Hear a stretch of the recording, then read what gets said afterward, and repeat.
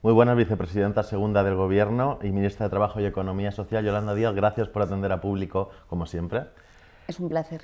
Una semana importante. Usted ha acusado al PSOE de querer modificar el texto de la reducción de la jornada laboral, más allá del cambio en los plazos de aprobación. ¿A qué achaca eso? ¿Qué pretende, a su juicio, su socio de gobierno? Bueno, yo creo que el Partido Socialista piensa en una España que ya no existe. Es decir, su propuesta de país está anclada en los años 90. Defiende un modelo de relaciones laborales que mira al pasado, no al futuro.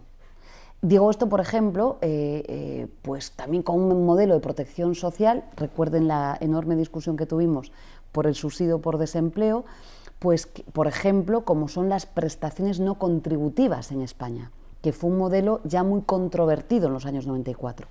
Y digamos que Sumar lo que hace es modernizar España. Creo que lo hemos demostrado, desde la propuesta del salario mínimo, pasando por el mejor mecanismo de protección social, los ERTES, pasando una reforma laboral tras 52 reformas laborales que tenían una dirección neoliberal, pasando por las trabajadoras del hogar, pasando por el Estatuto del Artista, por todas las normas que estamos haciendo que miran al futuro del país, de la esperanza y, en definitiva, a una propuesta democrática, que es que hay que repartir la productividad entre el capital y los trabajadores y las trabajadoras. Por tanto, que creo que esto es lo que explica que el Partido Socialista se resienta.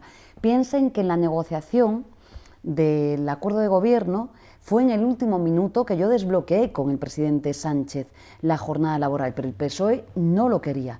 O recuerden el debate ante los españoles, el debate electoral, cuando yo hablo de la reducción de la jornada laboral, lo que contesta el candidato en aquel momento, Sánchez. Por tanto, digamos que Sumar es como el impulso a la modernización de España y la que hace ganar derechos en una propuesta de país en la que después sí que es verdad que se hace eco el conjunto del gobierno. Pero, si me permiten, humildemente, hoy el gobierno de España está creciendo como el principal país en la OCDE, justo por el cambio de paradigma, por las políticas públicas que hemos diseñado desde el ámbito de lo laboral, al revés de lo que nos decía la tesis neoliberal, y hoy el Gobierno de España presume de todas y cada una de las medidas que se están esbozando aquí. Por tanto, la reducción de jornada creo que se ancla en un proyecto de país, los que ellos miran más para el pasado que para el futuro. Es decir, el futuro de España está en trabajar menos, tener mejores salarios, subir el salario mínimo, tener el derecho a la vivienda garantizado,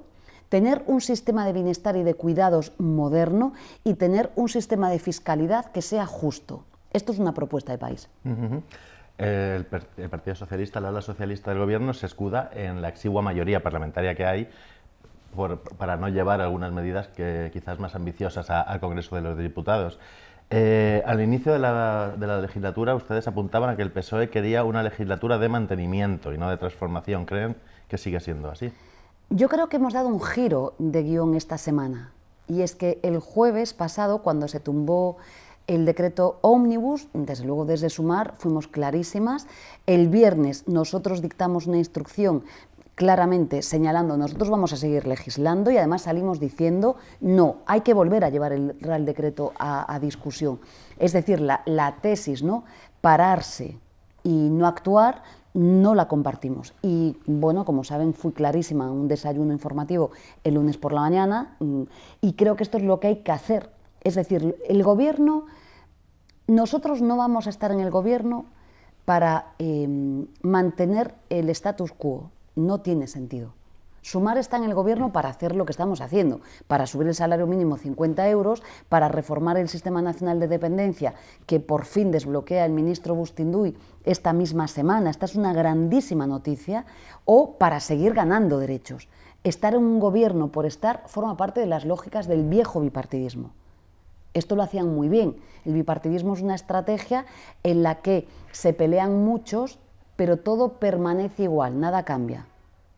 Por ejemplo, 1.052.000 reformas laborales todas iguales, o el sistema fiscal español, ¿no?, que podría estar hablando de él hasta mañana. Por tanto, desde luego, gobernar es transformar, y cuando digo transformar digo ganar un país. Es mucho más profundo que ganar unas elecciones, es cambiar la vida de la gente. Y es que tenemos, creo que, escuelas públicas en fin, que están esperando a que cambiemos las cosas, ¿no? Me parece que esto es lo importante.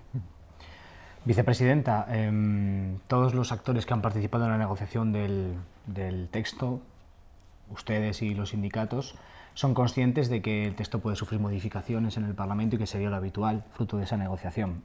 Yo sé que a usted no le gusta hablar de líneas rojas, antes incluso de que empiece la negociación parlamentaria per se, pero estamos oyendo a la patronal lanzar determinados mensajes a posteriori, una vez cerrada esa fase de negociación con la COE, sobre, bueno, que ponen en duda, por ejemplo, el control del registro horario, que incluso pretenden abrir, parece, la puerta a una nueva causa de despido por fichar mal o no fichar como recoger la política interna de la empresa. La propuesta es tremenda, sí. ¿Está en riesgo, le pregunto directamente, ¿está en riesgo el control horario tal y como se plantea en el anteproyecto de ley de reducción de jornada?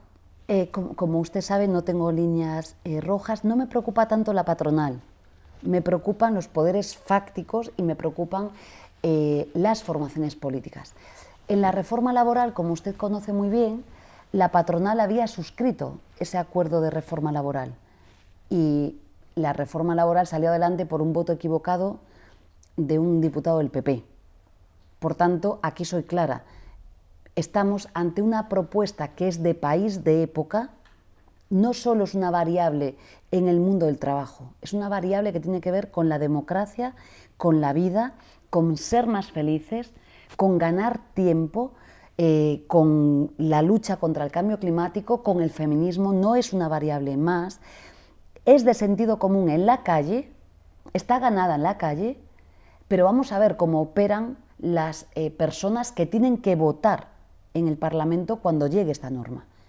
A la pregunta que creo que es muy interesante, no me preocupa tanto la patronal.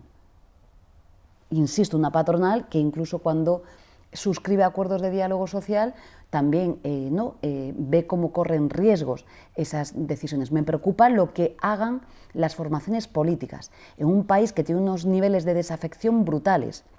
¿A quién representamos? Si 2 de cada 3 españoles, voten a quien voten, incluso a la extrema derecha, quieren que esta medida llegue ya, bueno, vamos a ver qué es lo que hacen los partidos políticos. Y usted sabe perfectamente que yo soy consciente, igual que los sindicatos de clase, que claro que vamos a tener que negociar, esto es evidente. Ahora bien, la pregunta que me formula, la patronal, aunque lo ha auspiciado diciendo que están en contra del control horario por riesgos de ciberataques, la verdad son ingeniosos, ¿eh? Es verdad que esto, cuando alguien es ingenioso hay que reconocérselo, realmente está tocando la clave adecuada.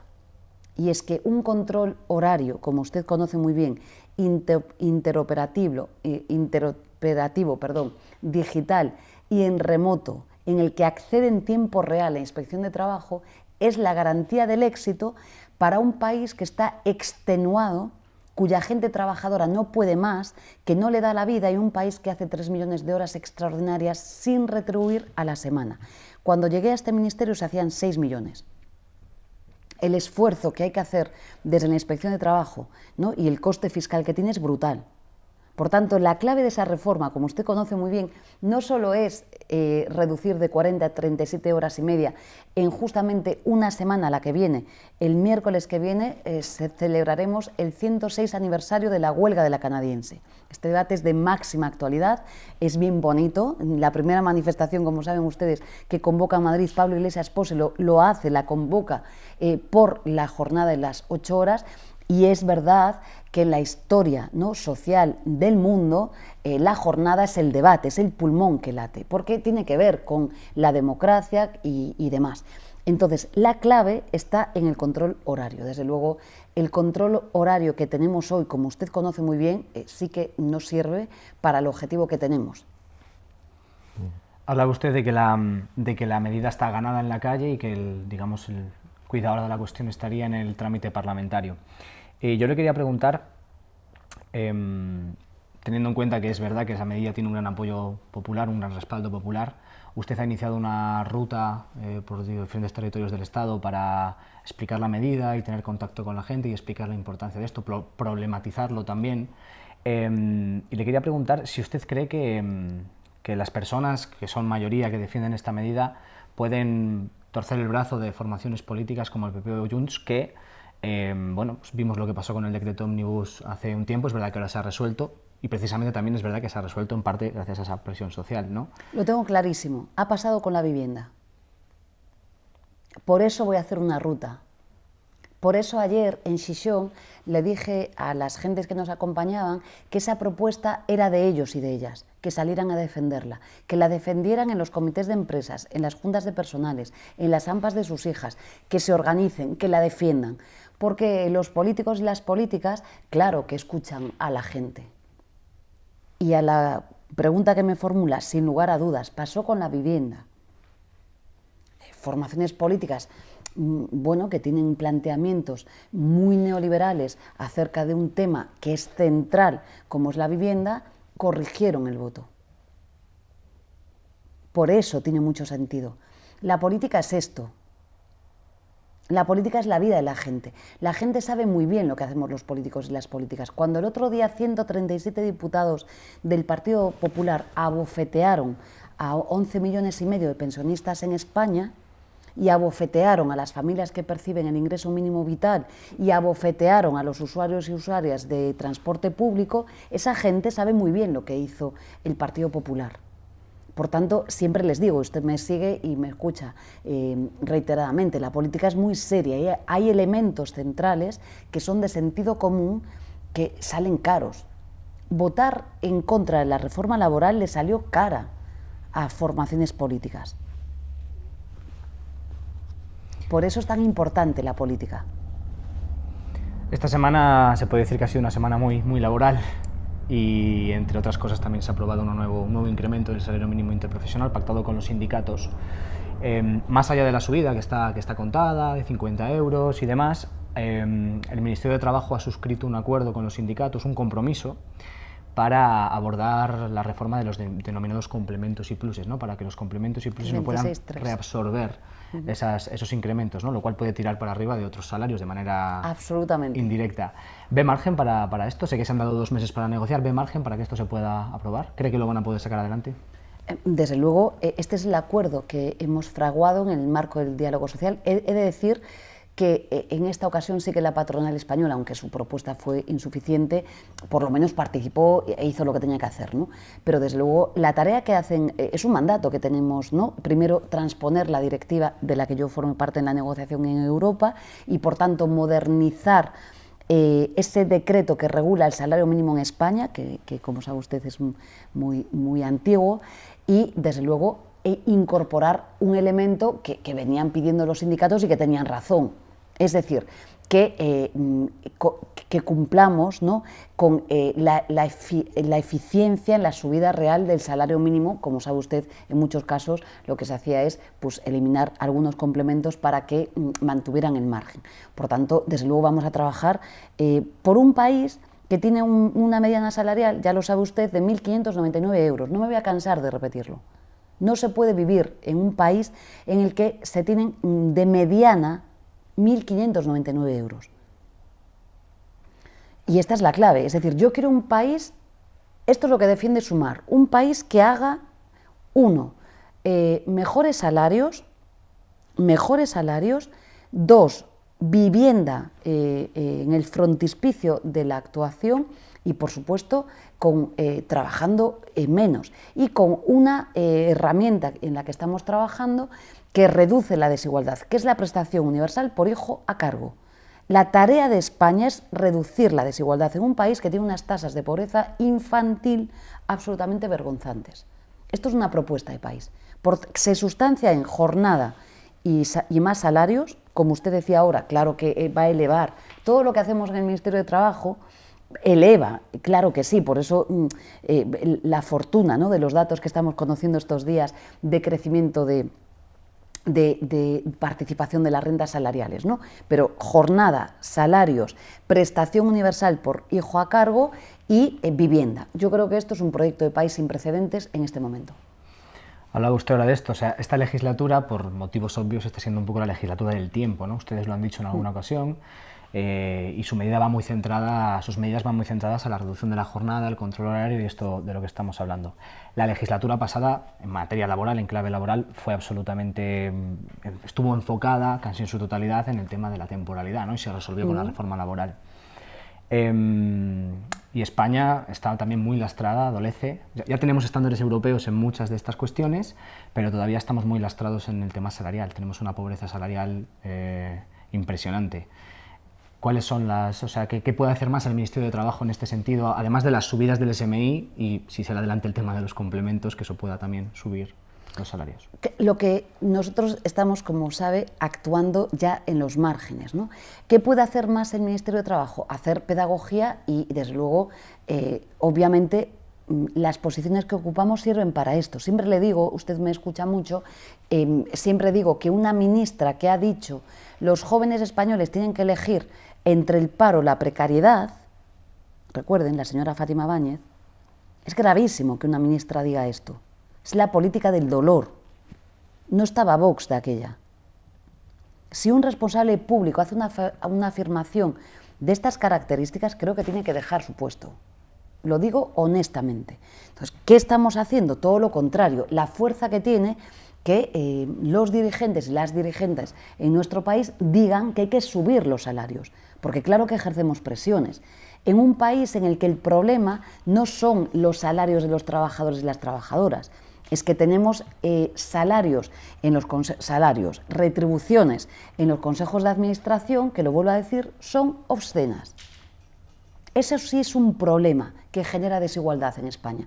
Y como hemos hecho en muchas ocasiones, cuando ponemos en el frontispicio lo que realmente daña, claro que ganamos. Hay un enemigo en España hoy. Los enemigos de España hoy son los fondos de inversión. Estos son los enemigos de España, son los fondos de inversión. Lo son en materia de vivienda, sin lugar a dudas, hoy que por fin se ha paralizado un desahucio en Cataluña, son los fondos de inversión que están, destrozando la vida de la gente en barrios enteros, son los fondos de inversión en la política industrial. Hoy un fondo de inversión en España, con un solo clic, con una decisión, hace que se deslocalice una empresa en España. Es una política concreta. Bueno, pues creo que la política justamente sirve para esto. Y son, efectivamente, que digamos con fuerza, hay que operar en una clave en la que los salarios privados y los públicos, también lo quiero señalar a todas las gentes que trabajan en la docencia, en la educación pública, en la sanidad pública, en los sistemas de dependencia, en la judicatura, en la inspección de trabajo, en lo que ustedes quieran, comparen las ratios de salarios públicos de medias europeas y las nuestras. Pero además, si me permite, por cerrar el círculo, subir los salarios, que es lo que estamos demostrando, es lo que hace que hoy España crezca más. Es desde el mundo del trabajo, porque efectivamente tenemos más recaudación fiscal, tenemos más cotizaciones sociales, pero es que la gente vive mejor, es que el propio sistema, la demanda interna, se moviliza, pero si está súper estudiado. Necesitamos que la gente tenga mejores salarios, pues para que pueda, si quiere, irse a comprar un libro o a ver una película al cine o al teatro o lo que quiera, pues lógicamente tenga recursos para ello. Hablando de enfocar en materia laboral, la medida estrella es la reducción de la jornada y ustedes llevan batallando con esta cuestión bastante tiempo, desde el inicio de la legislatura, primero en una mesa de diálogo de casi un año, después en el seno del gobierno sé que usted ha resuelto el asunto con el Partido Socialista. Si su medida estrella, que es la reducción de la jornada con todo lo que implica, está costando tanto, ¿qué margen hay, por ejemplo, para reformar el despido? Sabe usted que está pendiente de 2 resoluciones de los sindicatos, del Comité Europeo de Derechos Sociales, porque no, seguramente el comité decida que el despido español no es restaurativo. ¿Qué margen hay? ¿Qué margen hay para...? Todo el margen, el poder lo tiene la gente.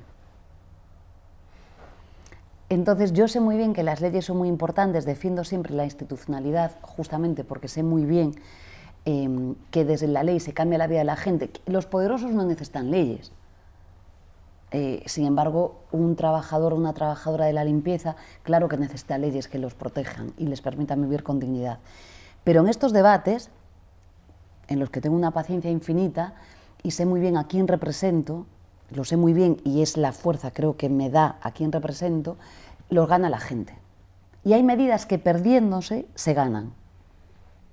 Hablo del caso de la vivienda. Es verdad, la tumbaron, pero tuvimos que retomarla. Porque el poder que tiene la mayoría social es muy grande. Y no nos podemos olvidar de esto. La gente nos está esperando. La gente necesita la esperanza para poder caminar. Los problemas, la política no puede convertirse en un problema hoy. Quieren convertir la política en un problema. Pero tenemos que hacer justamente todo lo contrario.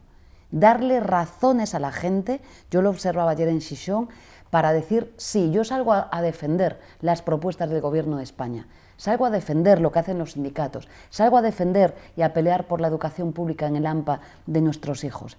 Esto es el valor importante de la democracia. La democracia no es ir a votar solo cada 4 años.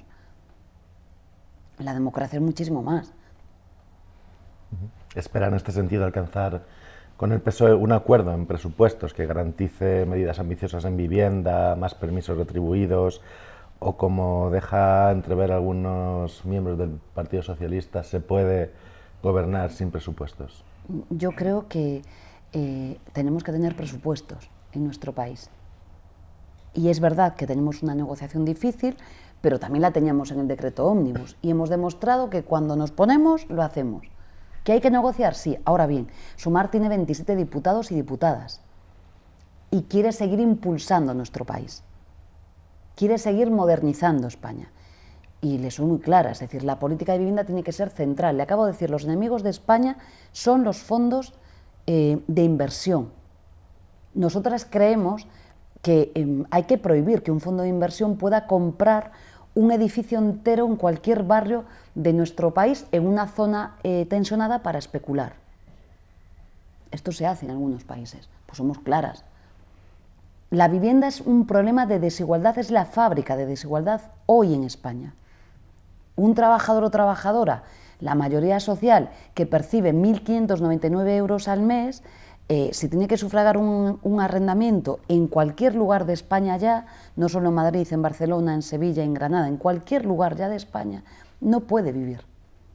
Es una propuesta de país. Por tanto, la vivienda, el cumplimiento de la directiva de permisos, que al menos la 1158 de conciliación 2019, que al menos 4 semanas sean retribuidas. Estamos siendo sancionados y multados por la Unión Europea por el incumplimiento manifiesto de esta medida. Yo no puedo comprender por qué el PSOE se opone a esto. 3, la ampliación de los permisos. Pero 4, la universalidad de medidas como la prestación universal por hijo a cargo, que es la medida junto con la escuela, con la educación infantil de 0 a 3 años, esto es científicamente demostrado, en el mundo, que sirve para reducir la desigualdad, no avancemos en estas materias. Por tanto, somos claros. Sumar, estos días nos reuniremos todo el espacio, trabajaremos una propuesta firme y vamos a hacer lo que estamos haciendo. Estamos en el Gobierno de España para esto, para ganar derechos. Y digo más, sí, es verdad, los fondos de inversión son los enemigos de España, pero digo más, y esto es lo importante, desde el miedo no se gana. Se gana desde la esperanza y con nuevos derechos. Esto fue lo que pasó el 23 de julio. Cambiando de tema radicalmente, sí. Esta semana ha hablado de la necesidad de una unidad en la izquierda. Mencionó esto en el desayuno que celebró el lunes informativo. ¿Cree que tras la ruptura entre Sumar y Podemos hay mimbres para reconstruir esa unidad? Yo creo que usted me conoce desde hace años. Casi me expulsan de Izquierda Unida por defender lo que siempre he hecho a lo largo de mi vida, que es sustancialmente una cosa. La política sirve para mejorar la vida de la gente y los partidos políticos no se pueden convertir en fines en sí mismos. Desde el proceso de refundación de Izquierda Unida, que ustedes conocen muy bien, vine defendiendo exactamente lo mismo. Creo que esta es la clave. Digo más, la gente no nos quiere pensando igual. Me lo han escuchado muchas veces. Nos quieren ver caminar juntas y lógicamente claro que somos diversas. Yo no pienso igual que mi equipo, es que vamos, si pensáramos todos igual, pues esto sería un desastre. Por tanto, sigo defendiendo lo mismo, exactamente lo mismo que defendí siempre. Y creo que la clave es repetir lo que hemos hecho el 23 de julio. Las diferencias políticas se sostienen o se sustancian en las propuestas políticas. Es decir, ¿cómo queremos un sistema nacional de cuidados? Discutámoslo. Y el resto de los elementos son accesorios. Yo a lo largo de mi vida ya he demostrado de qué lado estoy y lo que me importa. Y lo que me importa es que la gente pueda vivir mejor. Y desde luego también lo digo, yo conozco muy bien a Feijóo, lo conozco muy bien como saben. Desde luego me van a tener siempre trabajando por ganar más derechos y por evitar que Feijóo y Abascal lleguen a la Moncloa en nuestro país. Lo tengo muy claro, lo tengo súper claro, pero la clave es que se gana no desde el miedo, sino que se gana desde la esperanza y con nuevos derechos, dándole razones a la ciudadanía, es decir, lo público merece la pena. Y ahí creo que, vamos, dije lo mismo que he dicho hace no sé cuántos años, que creo que arrancamos, creo que yo era muy joven, el proceso de refundación en Izquierda Unida, digo porque ustedes me han seguido, incluso se me apercibió de ser expulsada por algo que hice con auténtica convicción, lo sigo defendiendo. Trabajo con todos los actores políticos en el mundo. Ahora, como saben, me voy a ir a Argentina y la gente está sedienta de esperanza. Somos una isla, somos una referencia hoy el Gobierno de España. Y por tanto, como hay sed de esperanza, tenemos que anteponer la esperanza a cualquier diferencia que tengamos, por muy legítima que sea. La gente necesita esto. Y además está muy bien que seamos diferentes. Hablábamos antes de la gira que comienza por la reducción de la jornada laboral.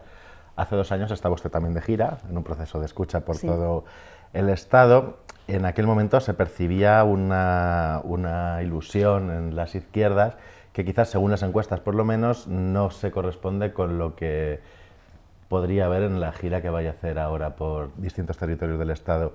¿A qué creen que se debe este cambio? ¿Qué ha sucedido estos 2 años? ¿Se han cometido algunos errores?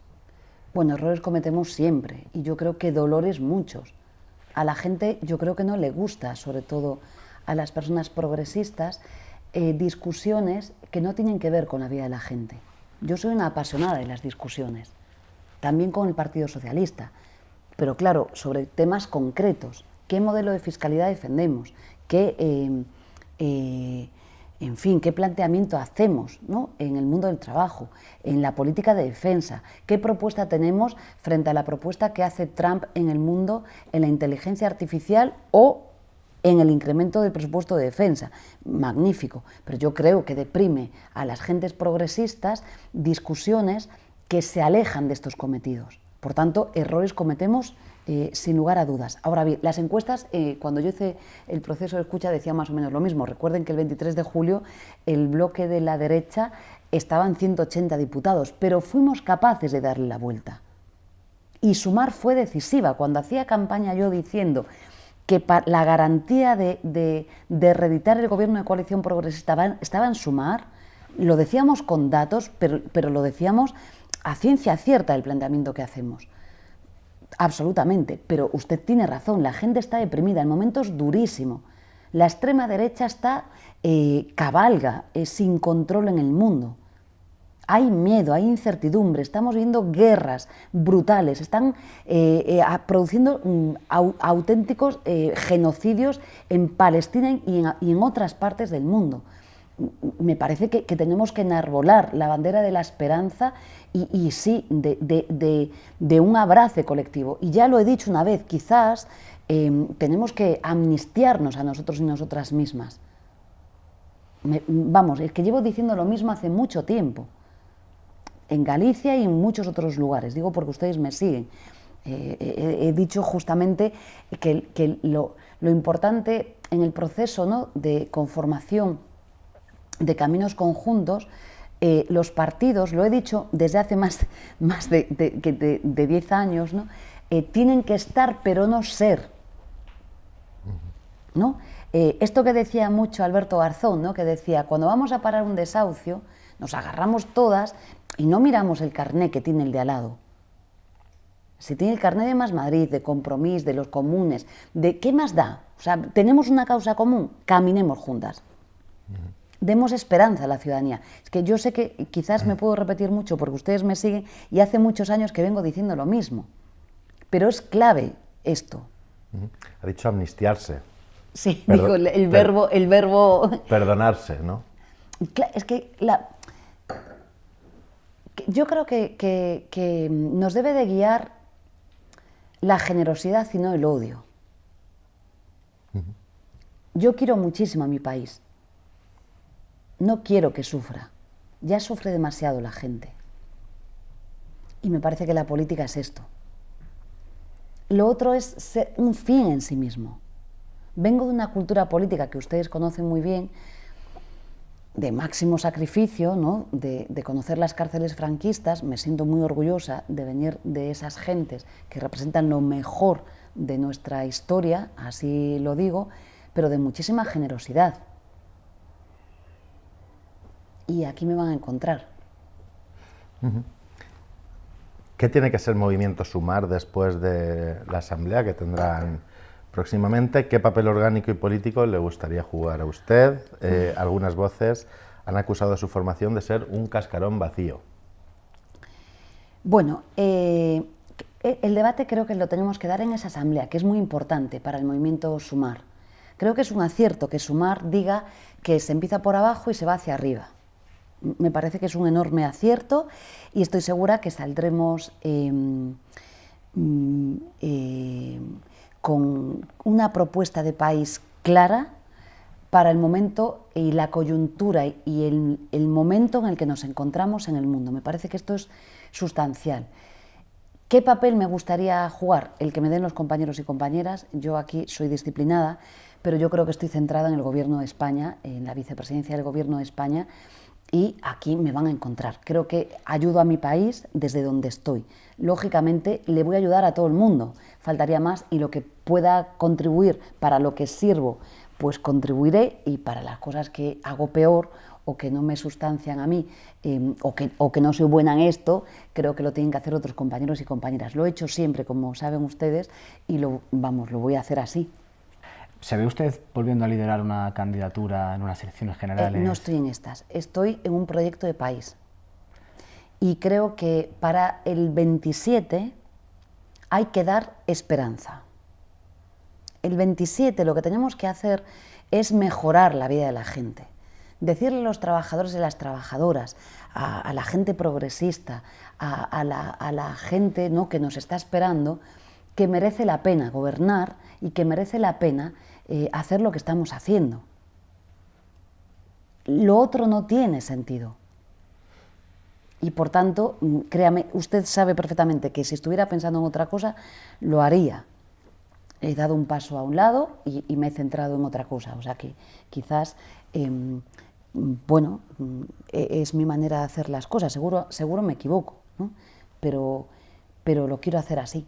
Y eso sí, voy a estar donde tenga que estar. Lógicamente siempre tengo un debate personal, que ustedes lo conocen, sobre qué hacer, ¿no? Pero no estoy en esto ahora mismo. Ha comentado usted que la ultraderecha cabalga sin control y ha hablado en varias ocasiones de la isla democrática que supone España, ¿no?, y de que esa amenaza, o sea, siempre hablamos de Donald Trump en una clave, ¿no?, de amenaza para la democracia, pero también hay una clave económica muy importante. Estados Unidos es una gran potencia y parece que con los primeros anuncios del presidente de Estados Unidos, de Donald Trump, hay una tendencia clara a ir hacia un mundo más desglobalizado, con la subida de los aranceles y donde se vuelva al modelo de combustibles fósiles por el que Estados Unidos puede ser otra vez el principal proveedor, ¿no?, y mejorar su balanza comercial.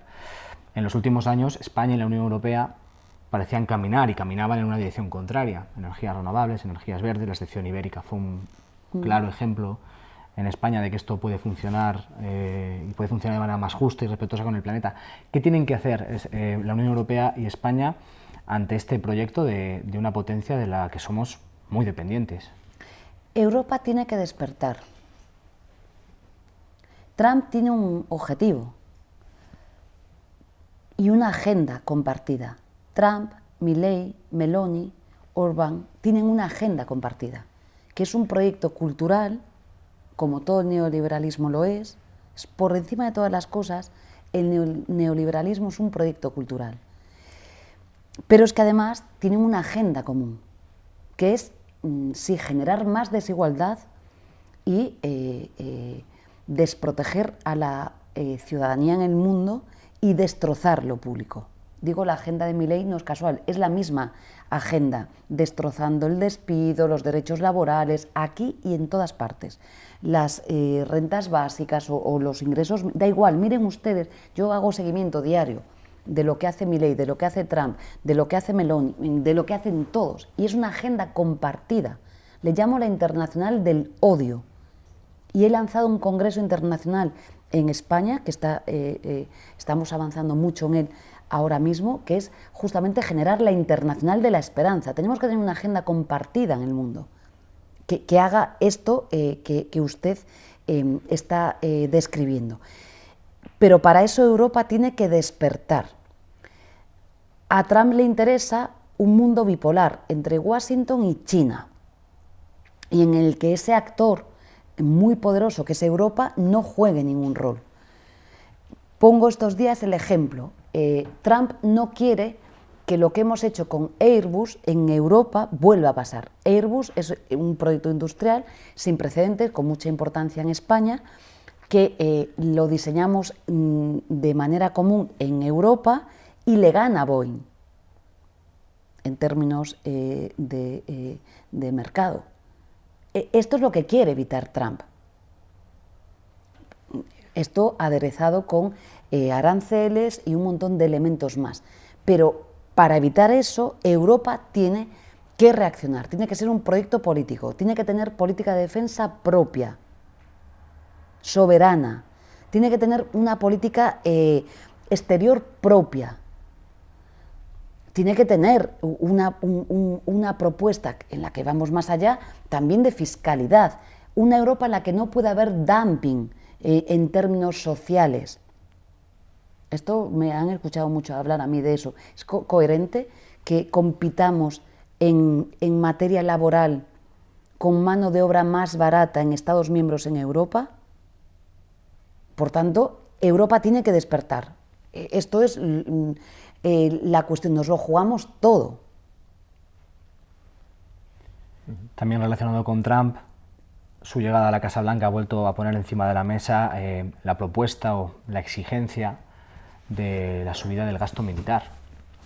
Si el Partido Socialista asume esa exigencia como la asumió hace unos años con la OTAN, ¿qué hará sumar? Mi posición a este respecto es clara. Europa lo que tiene que tener es una posición de defensa propia. 2, de exteriores propia. 3, no va de subir más el presupuesto de defensa. Va de reordenar los activos que tenemos en Europa. En un país que me van a permitir que tiene un gasto social todavía a distancia con la Unión Europea. Por tanto, estoy siendo muy clara.